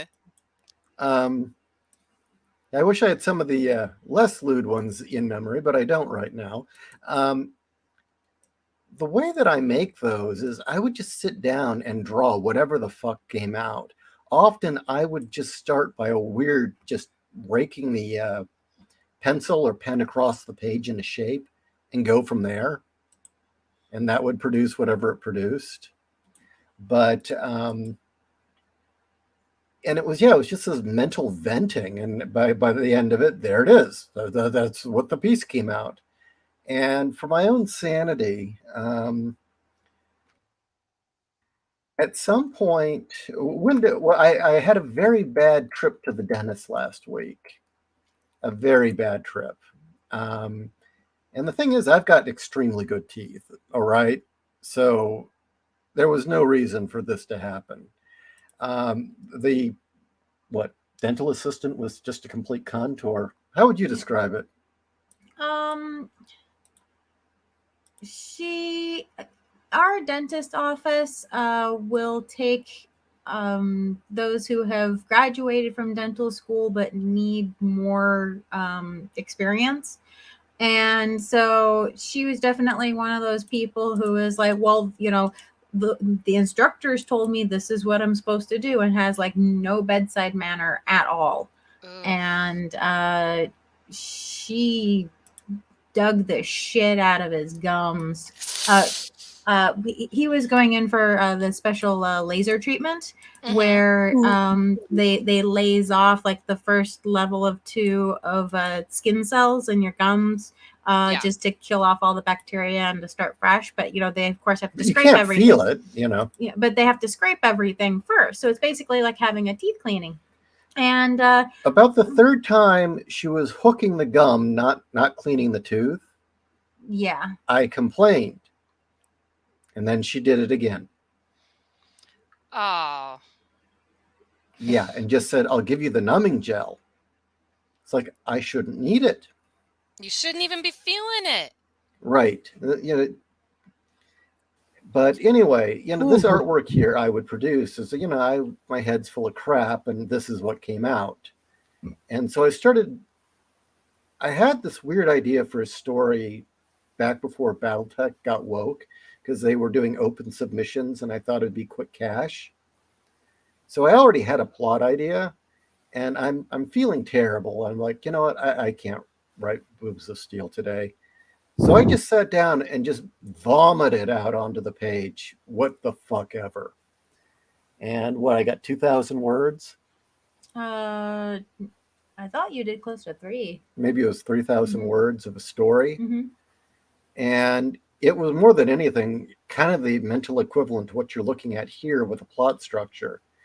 And what I've done to deal with stress is when I've hit absolute burnout with Boobs of Steel, where the research is too much, or I need to step away, I'll take an hour, and I have a timer, and I'll just vomit out more of this stuff. And what do you think of the results? I'm enjoying it. Well, there you go. But I won't say any more You can because even throw away something like that, because you can always turn anything you write out into something else or add it to something else. So many times a lot of people will like, oh, I don't like this early draft, I'm throwing it all away. It's like, no, keep it. It might come in handy for something else later on. I've written a bunch of stuff, but I always, I don't know, I feel like because I'm not as prolific of a writer as, say, you two, actually you three, like I feel like I should just stop. But I don't know, like I feel like I should be doing some sort of weird stream of consciousness shit. And like I think I've told Ishi and Kat this before. I get so fucking bogged down in the research, I lose myself. It's my biggest problem. That's why I've never put anything out, because I get so distracted by research. So I've always wondered, like, the pulp speed, a stream of consciousness. Should I just like one day hop on to my computer and just start typing shit out, even if it makes no sense? Yeah, absolutely. I mean, and if you enter it with a plot in mind already, or a vague idea of what you want, and then just let it go wherever it wants. Yeah, And the go plot for can it. even be something as simple: woman searches for old lost heirloom, and you can go from there. It can be just very simple, straightforward plot. All right. I think I'm going to Then give you that could a add shot. like, oh, then she goes to a spooky castle, and then the statues come alive, and then there's a basically trap door that opens up into the ninth dimension. Like eventually you'll get used to writing enough stuff where it's like, oh, yep, I'm going to just throw this in here. Whee! Okay, then because I want to join. I feel like so left out. Everybody in the chat, like they're writers and artists, and here I am. I'm just like, I make booze. Hey, that's artistry. Yeah, I know. Oh, yeah. Speaking of, I made a shit ton of booze this weekend. Oh my God. We're talking apple pie wine starter for some apple pie brandy. Oh wait, Kat, I sent you the picture. You did? Remember, I showed you my stock pot, my 3-gallon stock You pot. did, yes. And I commented that your kitchen must have smelled heavenly. My kitchen smelled like Thanksgiving. Oh my Yes. God. So, okay, I derailed us because you were talking about pulp speed. It was just something I was curious about. Honestly, everybody's got to make their own setup for it. Really, there's no one writing technique that will work for everybody. You just got to start writing. Then you'll figure out your own patterns later.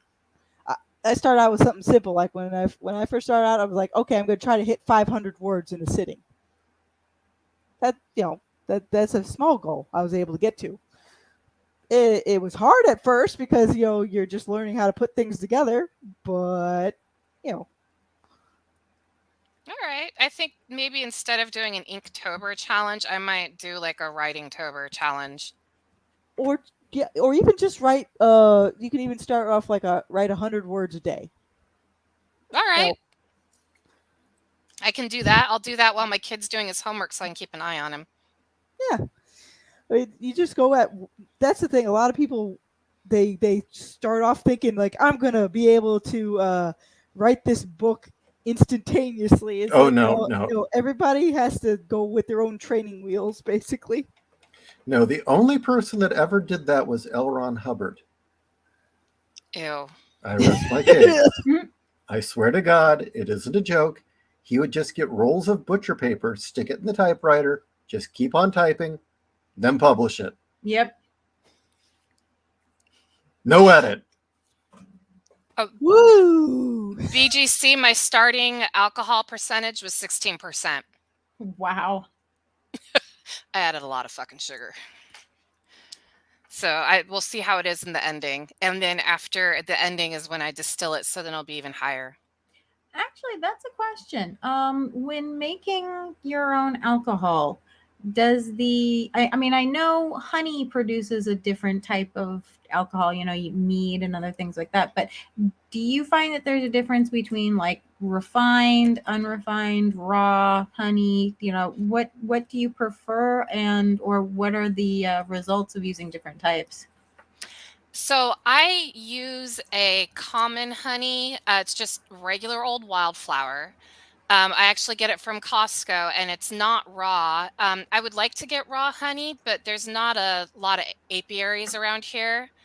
And if I want to Really, they're all gone? I haven't been able to find one. I don't know if they're just not selling right now because there's a bee crisis, or if the fires have actually just made it really impossible. Because I can remember going out to Barrett Junction when I was a kid, and you could buy the different types of honey they made, like even eucalyptus honey. Yeah. Where did the fires go? The latest ones? Yeah, were they anywhere near the base? Ooh. No, they were actually all out by Tecate. In fact, Barrett Junction burnt down to the ground. It's gone. Oh, geez. Yeah, because there were apiaries out there. On the base, and you could get local honey. Oh shit. Okay, then I need to relook because I've been looking for local apiaries. I want to try orange blossom. I want to try the eucalyptus. There's rose honey. And it really does change the flavor because I'd actually like to make an orange blossom mead because I love the flavor of orange blossom. It's like the perfect balance of floral.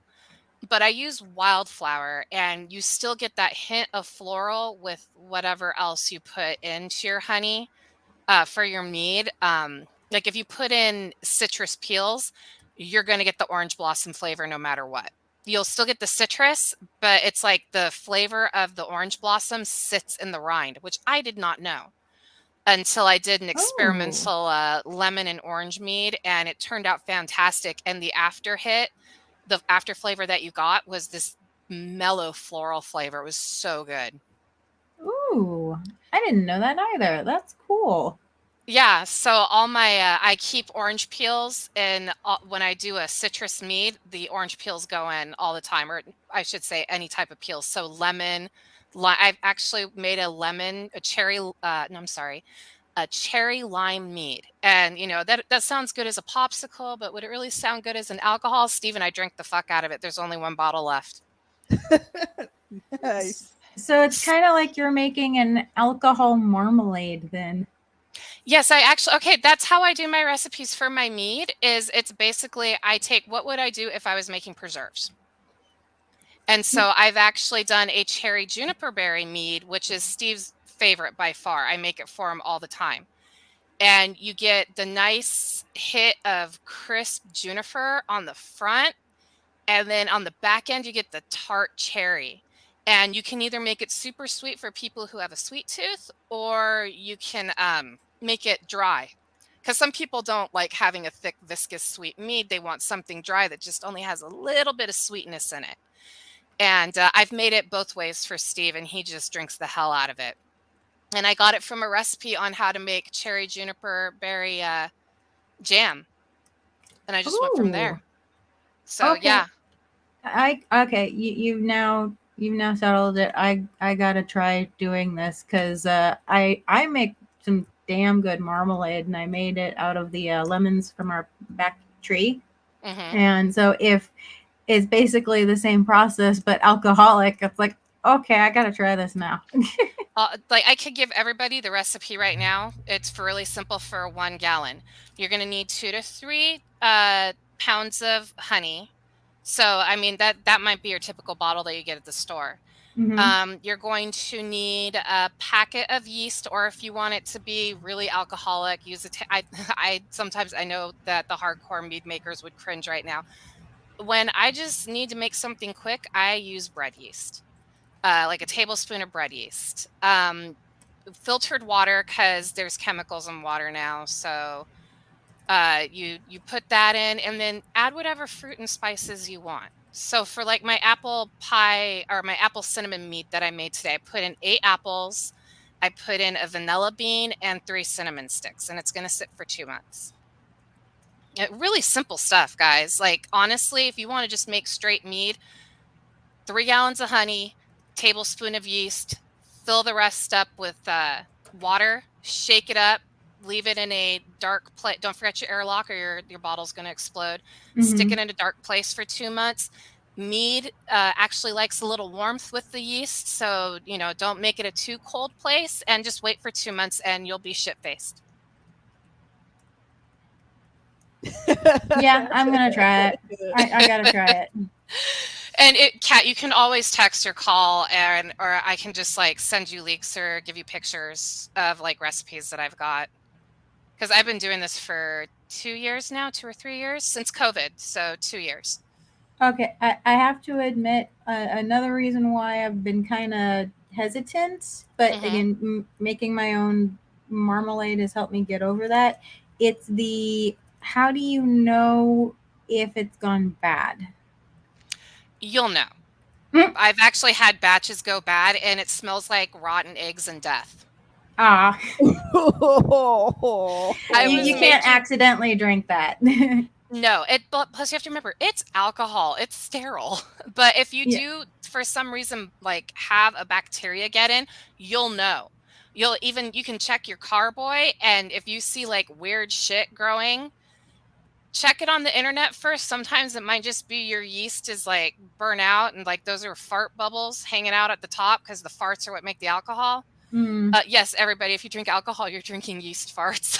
I did know that. Although I had not heard that it was farts, I had heard it was some other excrement. So, Yeah, it's basically farts and poop that get you drunk. yep.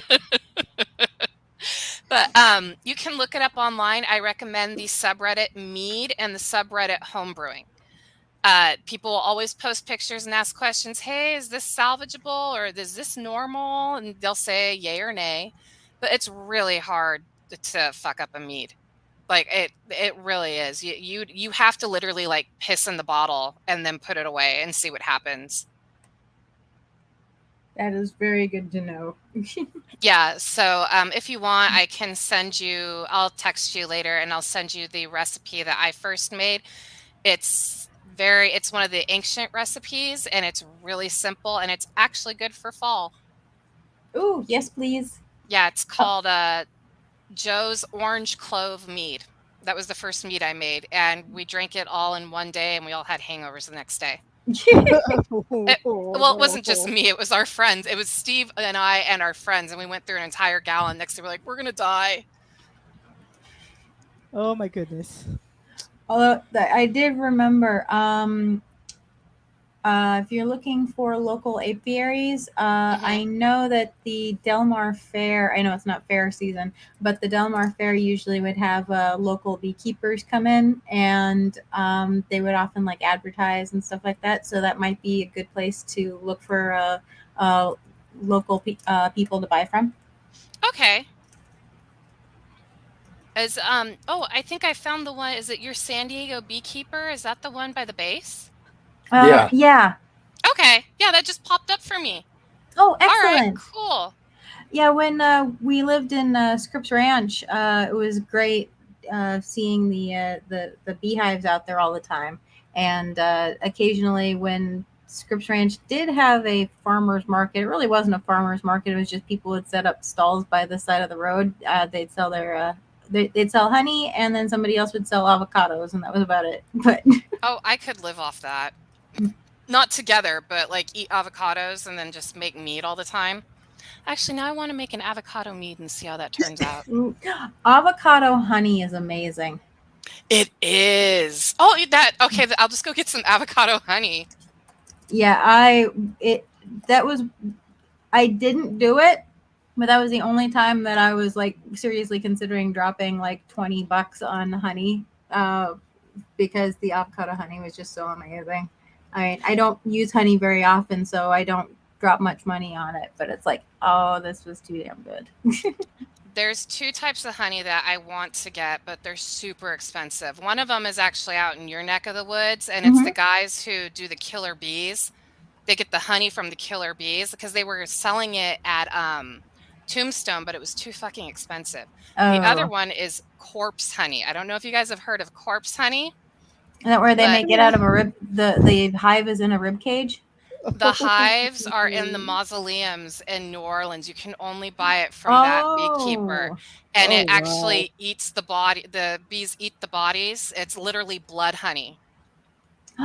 I want to make something. I totally want to make a blood honey mead. It'd probably taste so fucking good. I'd be like, I'm dude. drinking dead body. That sounds amazing. I mean, I knew that there were ones where they would hang up like uh, cow rib cages, and the bees would make their hives in the rib cage. But actually, in mausoleums, I mean, that's kind of. I'm gonna have to track that down now. Yeah, it's called corpse honey. One of my friends told me about it, but just for 3 pounds was $150 Do because they it's sell the so. wax? I Woo! do not know if they sell the wax. Like, it's the only, like I said, the only place you can get it is New Orleans, and the shipping and everything like was Oh, unreal. oh, I know why. I wonder if it okay, serious. I wonder if it falls under New Orleans uh tran transportation of a corpse laws, because their laws are so freaking strict because of all of the body stealing that still to this day occurs there. So I wonder if, since the hives are in actual mausoleums and it's made out of people somewhat, if it falls under those guidelines. I bet you're right because even I thought it was excessive. I was like, "Holy shit, no." It gave me excuse though. I told Steve that I'd like him to take me to New Orleans so I can go to this place and just buy it there. But yeah, so killer bee honey and corpse honey are two that I really want to make. Oh, that's awesome. Yeah, so yeah, my friends will look for exotic honeys for me and then be like, "I'll pay you to make this for me." And I'll be like, "Fuck yeah." I mean, I have a red jalapeno plant in my backyard, And I told Steve that once the next batch of jalapenos come in, I will make him jalapeno mead. Oh, that actually sounds like it would be good. Yeah. So yeah, mead is really easy. It truly is. And you can find a lot of recipes and just go from there. Wine is pretty simple too, but then once you get into like beer and then like some distilling, it's when it starts getting complicated. Yeah, I won't even attempt that stuff because one, I might blow up the kitchen. Two, my mother would probably never speak to me again. And three, physics in Florida don't seem to mix, so I'm not going to tempt fate. Well, actually, just making simple meat in Florida is the perfect place because Florida's warm. Just like stick it in a closet somewhere. And especially because now it's getting cooler, so Yeah. it's not like stupid hot.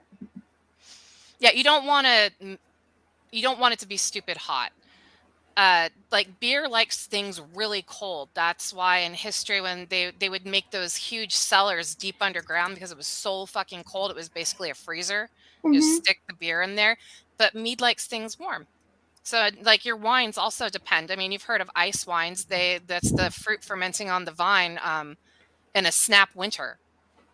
But then there's other wines that are like, no, I like it warm. So there's a whole chemistry behind it. And I've spent like days upon days just poring over stuff because it's so fascinating. I probably just bored everyone. I'm sorry. I'm sure this is No, it's chemistry. It's interesting.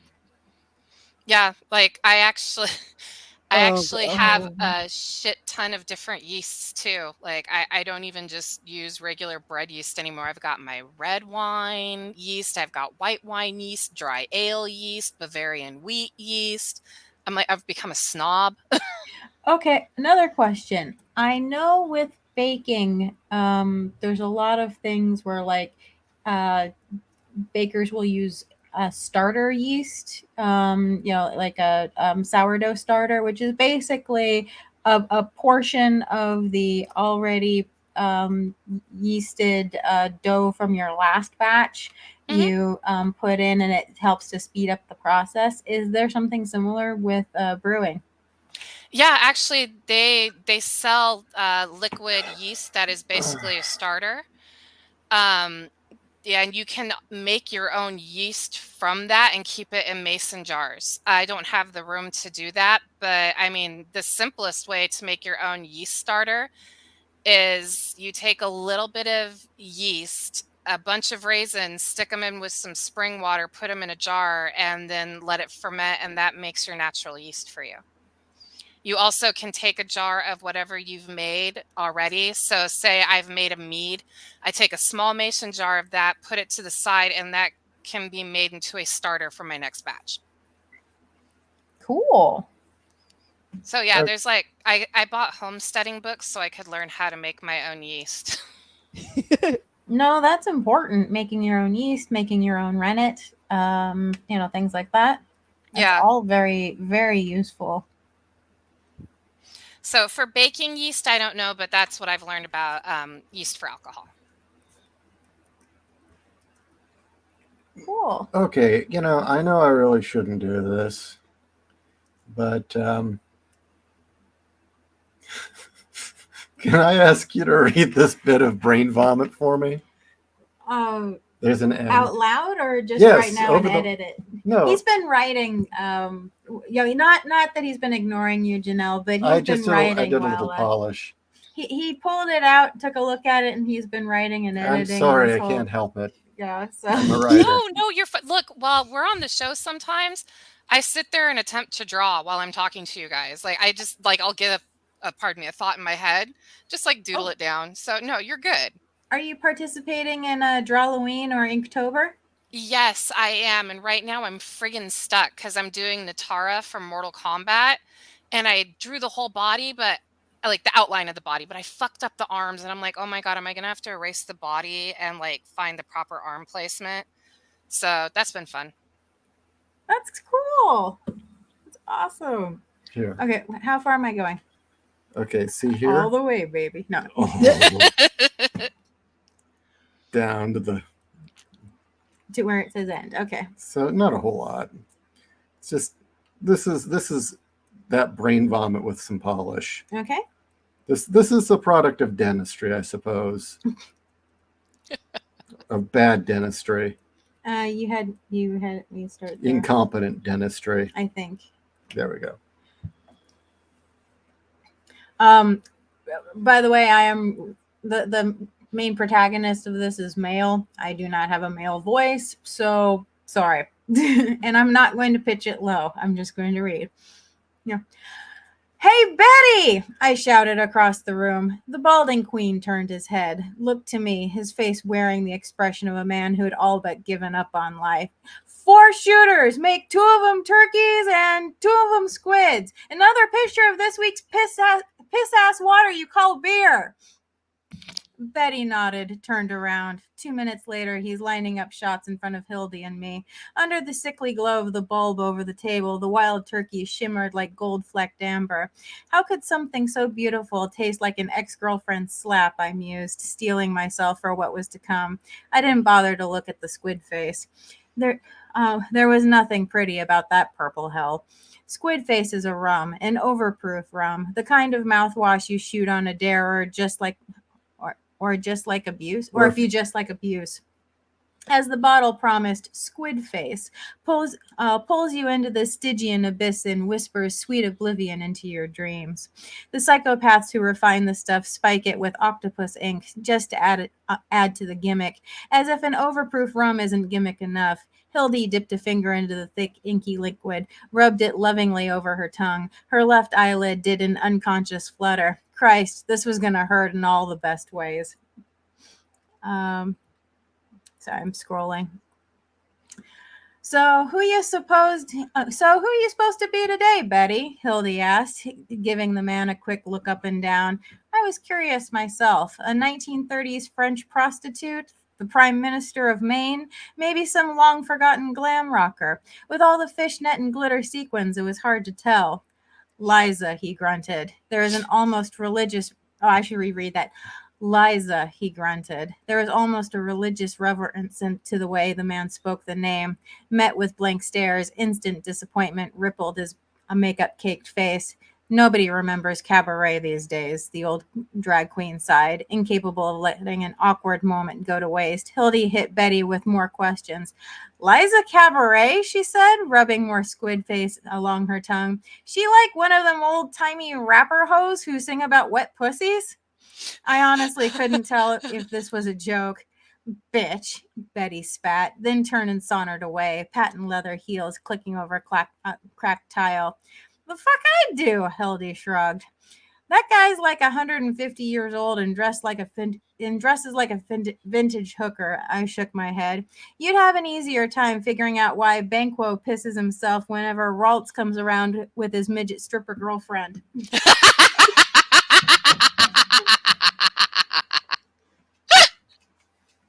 Oh shit, that was good. These are 2 mercenaries talking in a bar, about to get thoroughly plowed.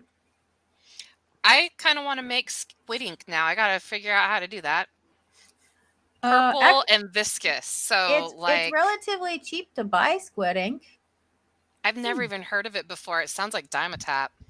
Squid ink? It's exactly what it is. It's the ink from a squid or the ink from an octopus. You can get it at Japanese markets. They make ramen noodles with it or ramen broth with it. I know that if you gets a really good consistency, it's actually kind of tingly, and it kind of makes your tongue numb a little bit. Oh boy. Oh damn, dude. Okay, yeah. Like I've seen black squid ink pasta, which looks rad, but I want to make that into an alcohol now. I bet that would be really wicked. Yeah. Either that or it would do some like really neat chemistry shit. Like, you know, I'm not saying that it would curdle, but I'm picturing it doing wacky things as it ferments. Yeah, that's like I totally am down to experiment with that. I just need to go get some. Yeah, So I don't think. God, I want to think Marakai. No, I'm sorry, Mitsuwa. Sold it at one point, but that was years ago. Of course, it's not like I've been searching for it. So, actually, I take that back. I have been, but I was looking more for the Squid Ink pens from Japan mhm. because those draw really nicely. It's the Pilot pens. Uh, Pilot high tech pens, I think, have squid ink in them, and they are damn good. They're also a little expensive. We get Chris the really nice Japanese pencils, and I've jacked some of them to draw. Let's see if I can. What is the Nice. name of that company? Yeah, Chris doesn't like writing, and for some reason, he only likes writing with Japanese pencils because they just feel better to him, I guess. HB? Oh, they're from the company Mitsubishi. Oh, nice. You know what? I think I know the pencils you're talking about. Have you used Jet Pens before? Oh, it sounds familiar. I probably have. Jet Pens is one of those websites I finally had to tell myself I can never visit again Hmm. because it's like, oh, this one's only $2 and this one's only 3 and this one's this. And before I know it, I've spent $50 on pens and pencils. And it's like, yeah, I can never go there again because it's crack. But almost all of their stuff are Japanese imports. That's my excuses for helping out indie books. It's like, oh, this one's just $3. This one's just $4. Mm-hmm. Oh, this one's just $5. I'll help them too. Fiona, you and I are the same way. I do that too. And then Steve looks at the credit card. He's like, sorry, I'm helping the indie writers. Worth it. Oh, it's totally worth it. But yeah, it's like, It's the reason why I give myself like a $50 budget like every payday. Sometimes I might go over depending if I get overtime, which has unfortunately happened more often because of the lack of people we have. Yeah. Life in mm, retail. Yes, like there's just some times where it's like, what is sleep? I don't know what sleep is because I have to get some writing in. none of us know what sleep is. Actually, you know what? I know what sleep is the last couple of weeks. Steve has been taking Chris to school in the mornings so they can spend more time together. So I get to sleep. And it's like, holy shit, I can sleep until 8. This is great. That's Man, awesome. but there was I that mean, do one you guys time. remember when sleeping in was like till 2 in the afternoon? And now you get excited to sleep until like 8 o'clock in the morning? Oh no. Sometimes I will sleep in until about 2 if my body's just completely wasted from everything else, work and everything else. That has happened a handful of times where it's just like, wow, I managed to sleep 11 hours straight. What? When did that happen? I can't remember the last time I did that and I wasn't sick. That's the downside of working the shifts I work. It's like you don't go to sleep at a normal time anymore. With my normal schedule or my new schedule, I should say, I am sleeping in, but I'm somewhat still getting up early. But it's weird because it's like I set my alarm now to get up about 8 o'clock, and my body still wants to get up around 6:30. Oh, I've Like, had that yeah, happen. like this is gonna take a while. Oh man, Yeah. and yeah, it's like when was I voluntarily getting up at 6:30? I can remember being a kid and hating having to get up at 6 a.m. every morning and loving it when I got to college and going by the rule of no classes before noon. Um, and now I'm an adult with with responsibilities. It's like, why am I voluntarily getting up this early? Yeah, oof, man. Back when I had all my Navy stuff going on, it wouldn't be unusual for me to pass out about 8 p.m. at night because we usually get up at like 4 in the morning. Oh, geez. Well, you're in Jeez. the Navy.